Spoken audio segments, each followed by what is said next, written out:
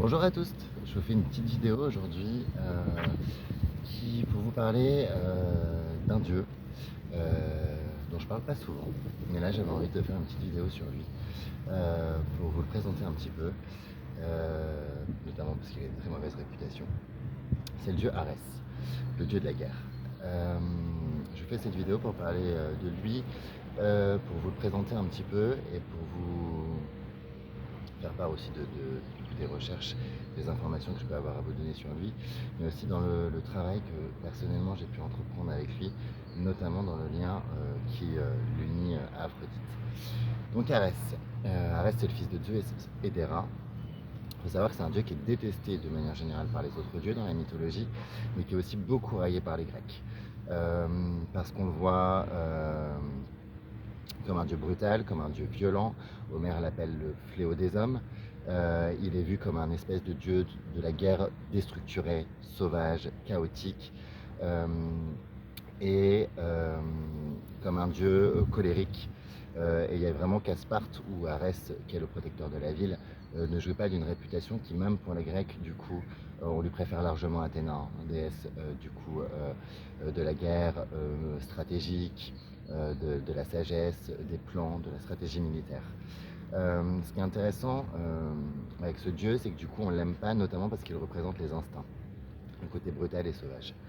Ce qui est aussi intéressant, c'est que du coup, dans sa manière de faire la guerre, Arès il est souvent accompagné par sa sœur Eris, qui est la déesse de la discorde, et par ses enfants Deimos et Phobos, donc qui sont la peur, la terreur. Ce qui est intéressant avec Arès, c'est que c'est l'amant d'Aphrodite. Aphrodite, elle est mariée avec, enfin c'est pas que ça, mais notamment, c'est que Aphrodite, elle est mariée du coup à Héphaïstos, qu'elle n'aime pas, et Arès est un de ses amants. Elle n'en a pas qu'un seul, bien évidemment.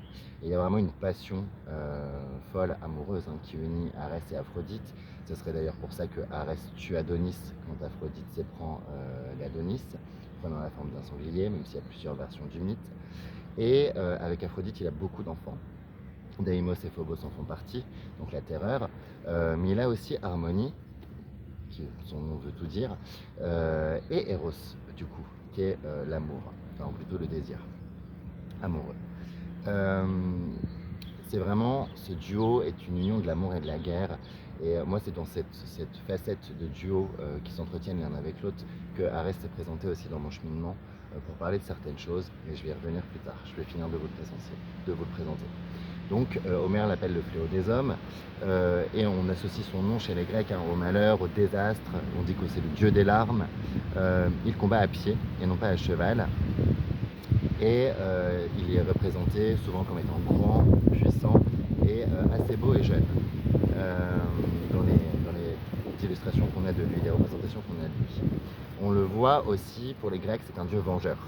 Et notamment à Athènes, dans les serments, on utilise le nom d'Arès pour respecter sa parole et contre la trahison. Parce que si il a beau avoir une mauvaise réputation, être vu comme brutal et colérique, Arès ne connaît pas la traîtrise. C'est pas du tout un dieu traître, loin de là. C'est plutôt un dieu qui est dépeint comme étant, voire bête, courageux, bête dans son courage, une forme de courage bête, une forme de bêtise.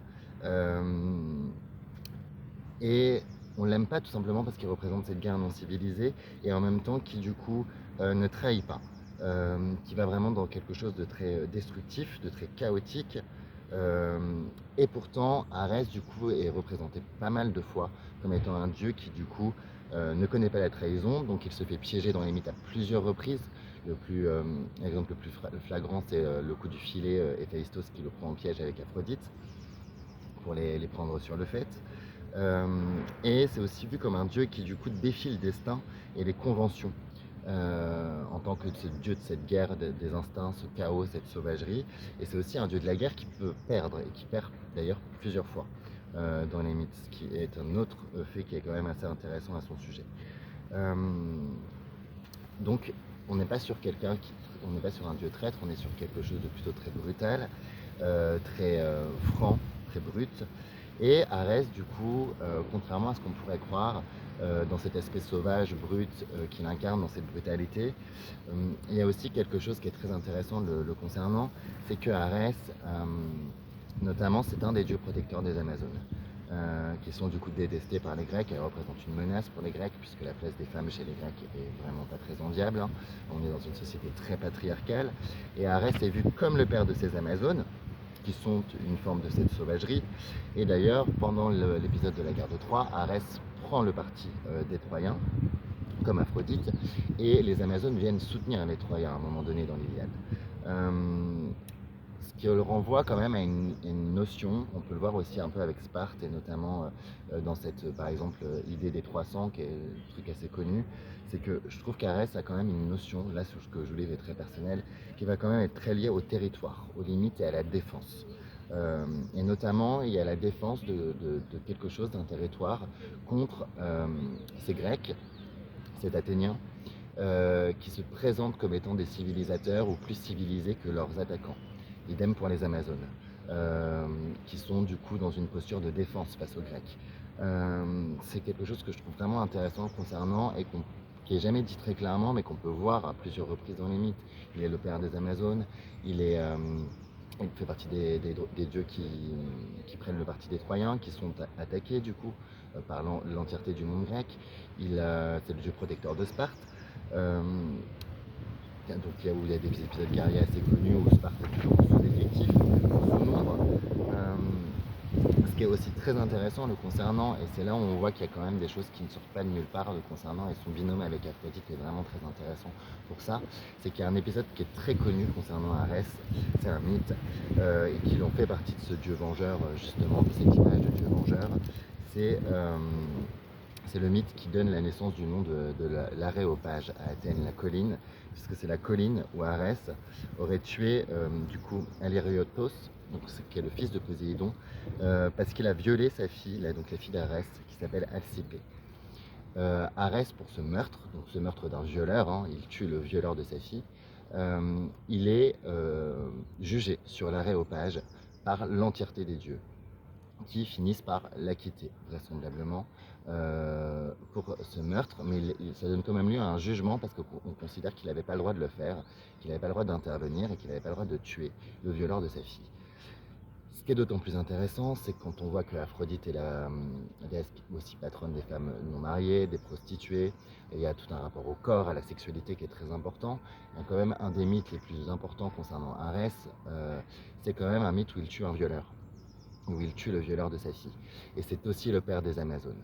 Je pense que vous voyez où je veux en venir. Donc il y a quand même quelque chose de très important pour moi dans la figure d'Arès, qui concerne vraiment ses limites, ses territoires, alors que c'est un dieu de la sauvagerie et des instincts. Et c'est ça que je trouve absolument très important et intéressant concernant ce dieu et dans les paradoxes du coup qu'il incarne, puisqu'il incarne aussi une forme de chaos et une forme de défense, de quand on bafoue quelque chose qui est primordial. Et c'est d'ailleurs pour ça aussi, quand on regarde bien, c'est un dieu vengeur, mais c'est aussi un dieu qui ne connaît pas la traîtrise.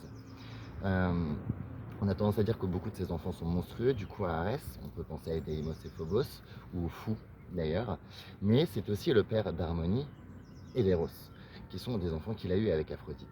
Donc il y a vraiment une ambivalence très très forte, même quand on prend le parti de ses enfants.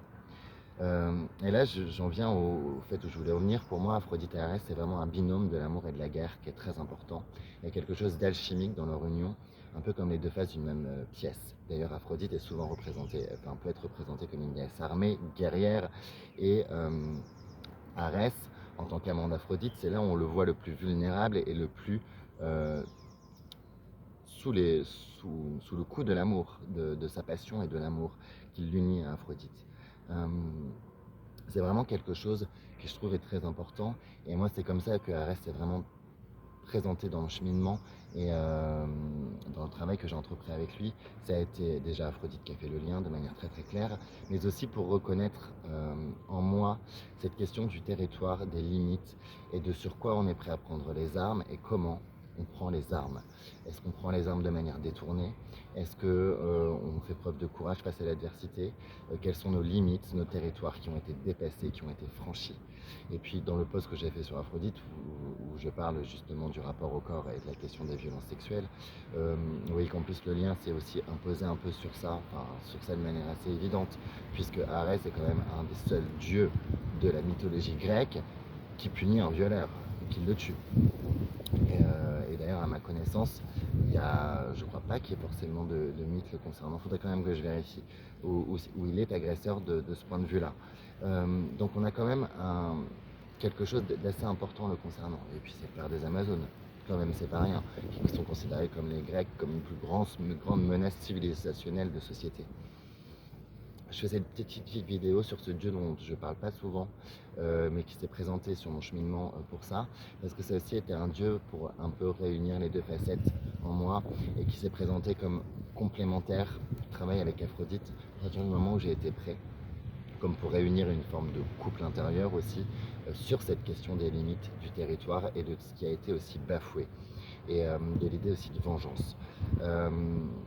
Alors je sais que ce dieu ne vend pas du rêve, c'est le chaos, c'est la guerre, c'est la destruction. Mais il a aussi tous ces aspects-là qui sont quand même assez intéressants et qui viennent questionner sur les rapports qu'on entretient aussi avec ces notions-là. Et,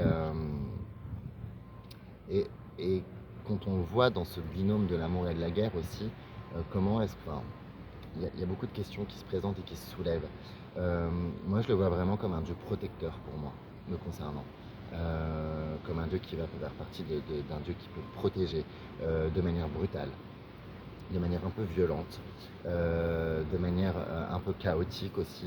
Mais Aphrodite est aussi une déesse qui peut être très très chaotique de toute façon. Donc là-dessus, bon, rien de neuf sous le soleil.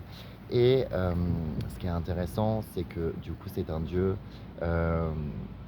Moi, c'est pas un dieu à qui je demande beaucoup de choses et à qui je m'amuse, avec lequel je m'amuse à travailler, mais je lui ai fait une place, et une place respectueuse pour aussi toutes ces choses-là qu'il incarne, qui est une forme aussi pour moi de résistance, voilà, et de protection. Et dans l'oracle de la déesse sombre, la carte de Samaël, donc Diriadel et du Gulliver l'aventurière, où cet ange du coup se présente comme un ange noir protecteur, qui vient du coup protéger une autre part de lui-même. Et ben c'est comme ça moi que je visualise Arès. C'est comme une part de moi qui vient protéger l'autre part de moi quand j'en ai besoin. Avec ses aspects peut-être les plus violents et en même temps les plus... on est du domaine de la survie un peu, quand même. Donc, voilà. Donc voilà, j'espère que c'est pas trop confus, j'espère que le bruit du jardin des plantes va pas trop se traduire dans la vidéo. Et puis voilà, c'était pour vous parler un petit peu d'Arès, vous faire une petite présentation sommaire. Je vous invite à aller faire votre propre recherche et vos propres recherches, et puis vous parler un peu aussi de la place qu'il peut avoir pour moi et de comment je le visualise dans mon cheminement. Je vous embrasse, je vous souhaite un très bon jeudi et puis je vous dis à très bientôt.